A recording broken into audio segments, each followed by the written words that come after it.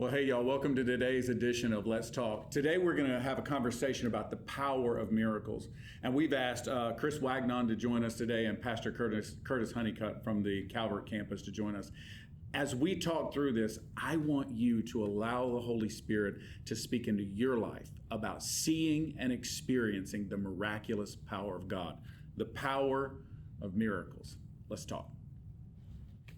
Well, today we're having a conversation about miracles and the power of miracles. And so as we start this, let's just start by defining our term. For me, a miracle is something that happens in our world and around us that is not normal in nature. In other words, it is the supernatural intersecting the natural. For God, it's not miraculous. It's just Him being Him. But when God does God things in our presence to us, it's just completely supernatural. We can't even imagine how something like that would happen. So that's kind of my definition of a miracle. How have you defined that over the years? Well, I think it's more basic than that. Mm-hmm. I think that anytime God moves, Right. in our eyes, from our standpoint, it's a miracle. True, it's not a miracle in God's eyes. It's God being God, and He's never been surprised by one of His miracles. But if He reveals it to us, Right. then it's a miracle if we put it in that context. But I see miracles all the time through nature, because that's God's first movement that He revealed to us. The whole book of Genesis is talking about that first movement that God reveals to us, and it always ends with, it is good, or it is very good. Right. And that He reveals that to us, and we've sort of forgotten that. You know, I think, since you jumped there, I think sometimes miracles for us experiencing miracles, probably for an adult human, seeing the miraculous, seeing God being God, that's got to be analogous to a child looking at their parents doing something that seems completely impossible to them. And they're going, wow, now, when they get older, they'll look at us and go, yeah, that wasn't so cool.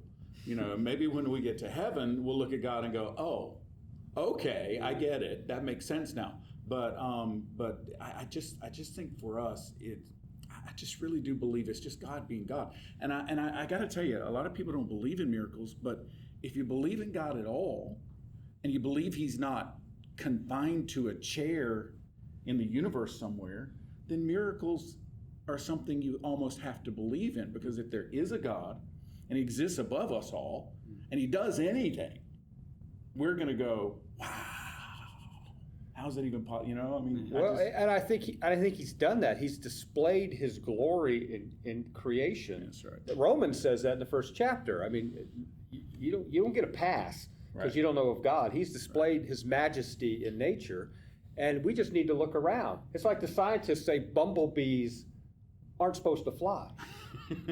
But they do. Well, God told them they were going to fly, and so they fly. And until God tells them they can't, they're going to fly. Yeah. So even little things like that, little common things like that, if we just open our eyes, we'll be amazed at the majesty of God. I think our biggest problem is we don't believe in miracles anymore because we have forgotten how big our God is. That's right.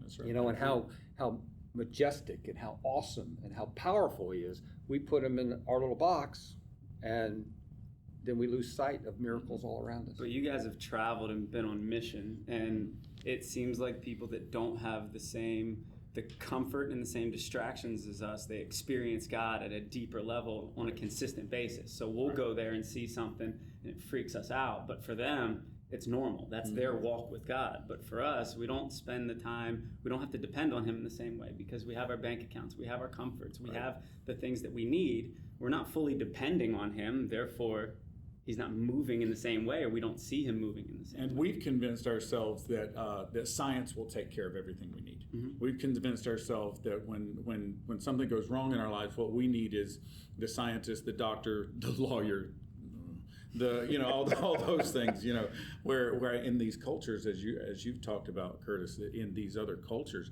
they still deeply rely on the spiritual, and so they're seeing it because they're expecting it.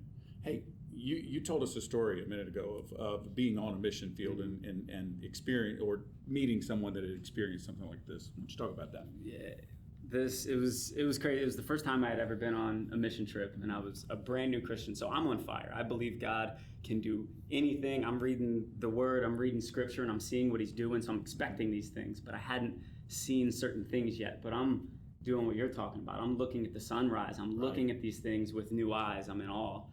But I was in Honduras, and I was with this group of guys that they were all ex-gang members.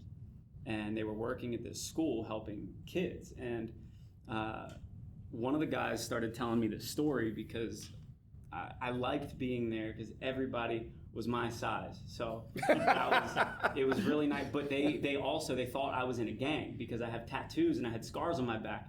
They had scars from their crazy stories. I had scars because I'm really white and the sun burnt me and I had to. But so after I explained that, they started telling me their stories.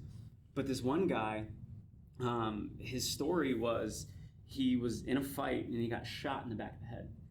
And they left him for dead. And when he woke up, he was in the hospital. And there's this woman that's there and she's praying over him. And she said, God has a call on your life. And he didn't know this woman. Well, a couple weeks later, he gets out of the hospital. And he goes and he starts serving. They're helping these kids. They're doing their thing. And he starts having these excruciating headaches. They were pounding. So he went back to the hospital and they took an x-ray and the bullet that was lodged 2 inches in his brain was gone. Wow. He has both x-rays. He can show you both of them. Oh, really? So he has one with bullet and without. Wow. So that's his testimony. So he goes around. I mean, even we're talking about miracles, we're talking about acts. It was their testimony. That's what Paul was telling constantly. It's his testimony. But these people, these guys that I was talking to there, they weren't relying on anything else other than God because they didn't have anything else. They had the clothes on their backs. So they were just asking him to move, to provide food, to provide provision, and they got to see it constantly. Right. But we would say there has to be another explanation for that.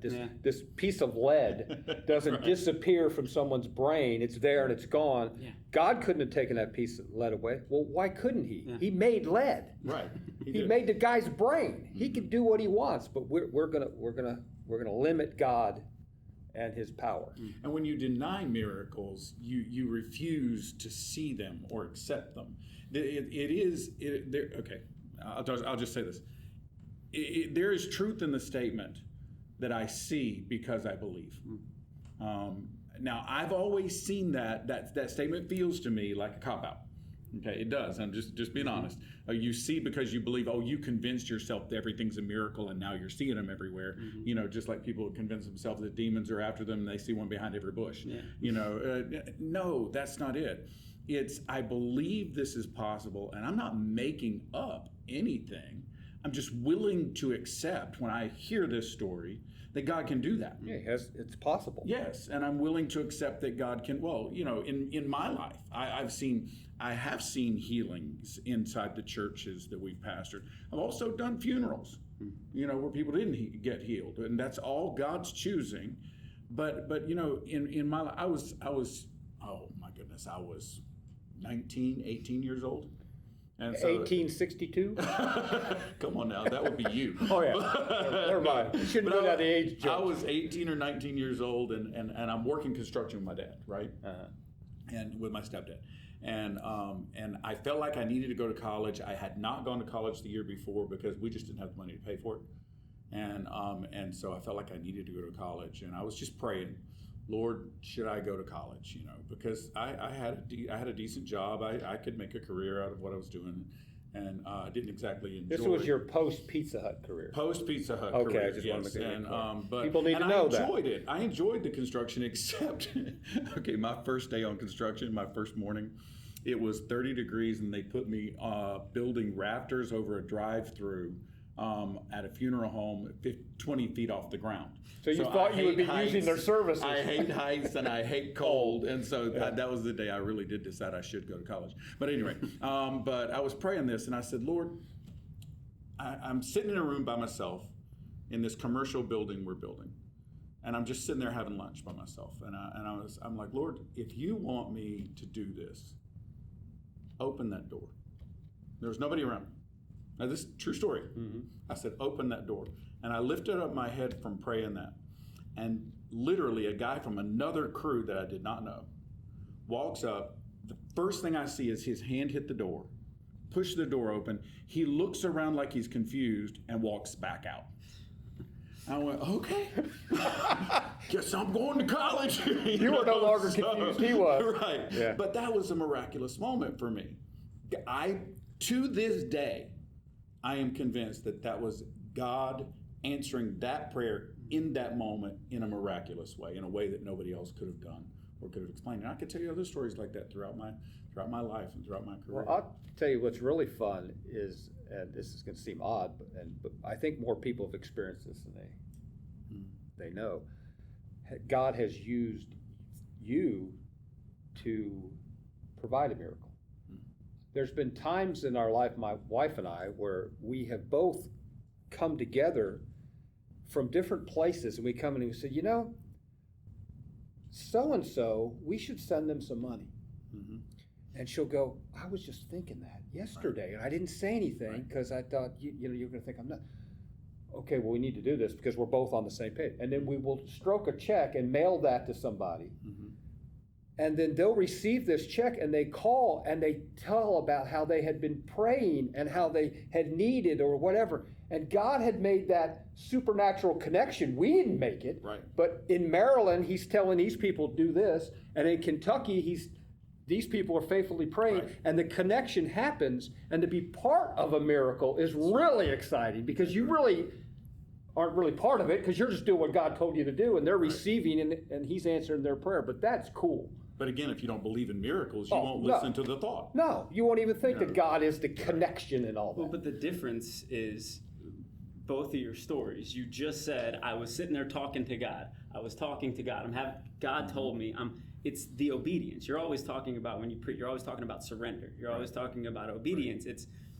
So this is something that I've wrestled with a whole lot because it's when we see things like that, because I think we all have story after story after story that's similar to that door opening. Right. But is it, I don't know, and I don't know the answer to this question, is it I'm commanding the hand of God as I'm doing this, or I'm aligning my words with his thoughts? I'm aligning what's coming out of my mouth. I'm aligning my prayer life with him because I believe he can give us the words to pray. He can give us the inspiration to pray or to speak or to move in that way. And it's the door might have opened. Right. The door might have opened anyway. The guy might have walked there and done that. God was, I don't know. No, we are aligning ourselves with God every time, even in salvation. Take it back to the most basic, the initial relationship with God. Salvation, we are not commanding or somehow moving the grace, the love, the blood of Christ to do something for us. We're surrendering to what's already there. And then when we surrender to what is already there, God, I love this phrase. This is an old school phrase. So I'm going to show my age.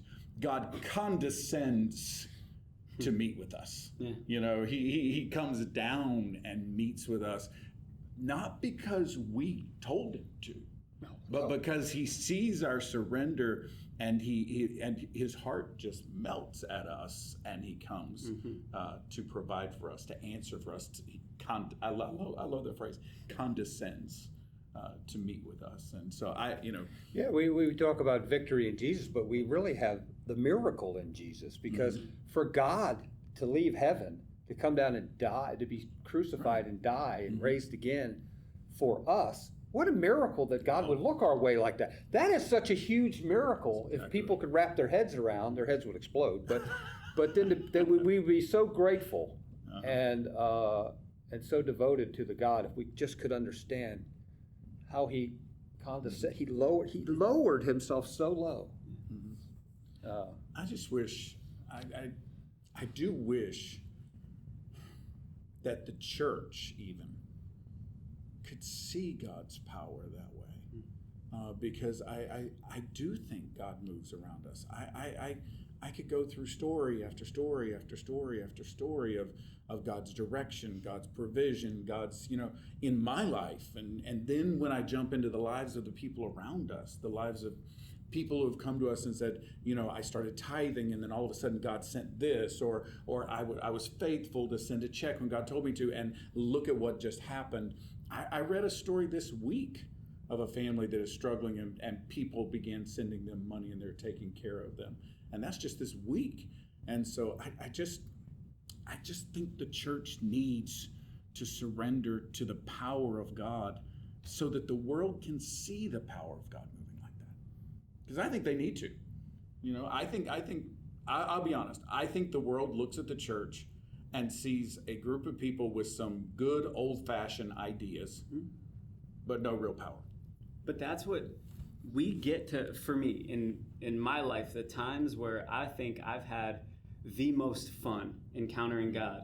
It's when I'm having a conversation with somebody that doesn't believe in God, and during that conversation, I'm listening. Right. Because I've been in the silence, I've been in the solitude, I've been in the Word, and I'm in tune with His voice. And now I'm having a conversation with somebody that doesn't believe.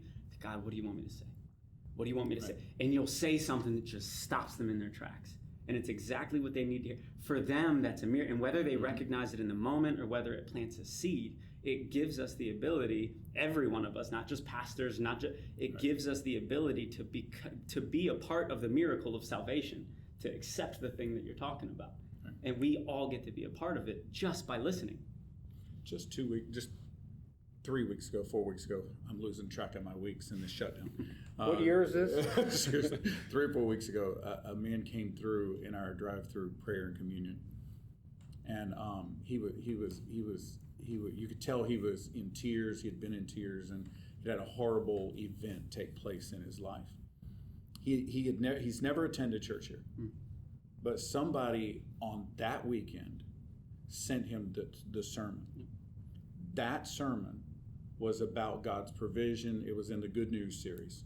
It was about God providing and God forgiving and God lifting up. And he sat there and actually spoke to me for a while and said, that sermon this morning was the first time I'd ever heard you preach, and that sermon was the only thing that got me through today. Mm-hmm. That man has come through drive-through prayer and communion every week since, and says he cannot wait until church opens back up and he gets to come see the people that go to this church. Mm-hmm. That's a God moment. That's God using a friend to connect him. That's God preparing a sermon way back months ago to be preached on that day. That's God preparing his heart to connect. That's God making his internet work. That's God doing all of that and that's miraculous. When all of that comes together, there's miracle. And I know the world would dismiss that as that's a lot of coincidences. You're just calling a miracle. Mm-hmm.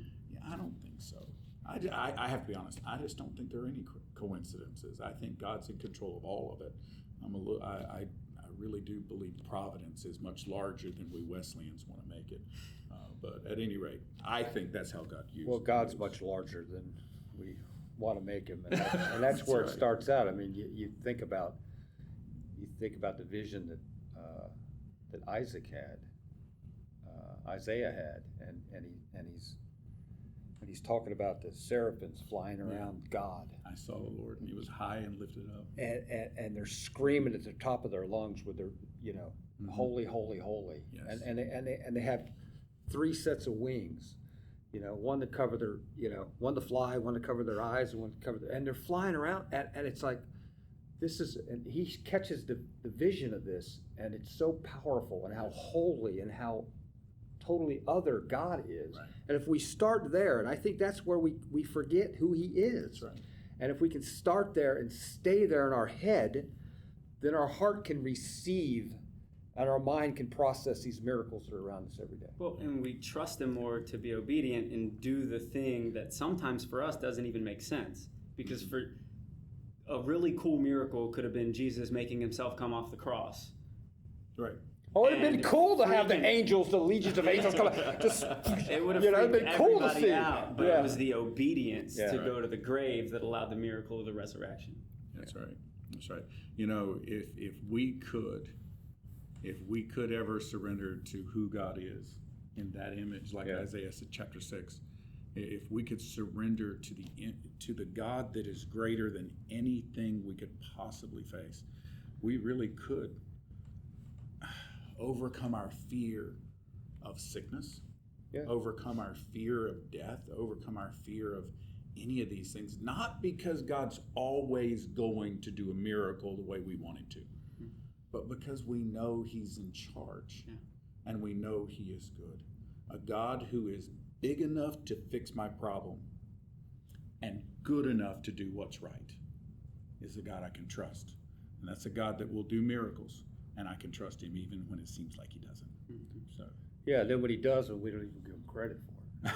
That's the worst part about it. You know, we got to pray that God does this big move and he pulls it off and he does everything that, you know, even if he does what you want and you go, oh, no, I did that because I'm educated or I'm smart or I have money or, you know, or it was just circumstances fell that way. And God's probably going, how do I get this guy's attention? You know, this is why my response to people who come up and say, "Oh, you're awesome because of this, that, or the other thing that's happened in the church or a sermon or something like that." No, God's awesome. We just get to I hang know out him. with He's really not that awesome. We just get to hang out with him, Yeah. you know, and that's true. Yeah, That's true. So, you know, next time we talk, I want to talk about why miracles don't happen, but I do want to establish, I want to say it again. Miracles in our experience are just a matter of God being himself.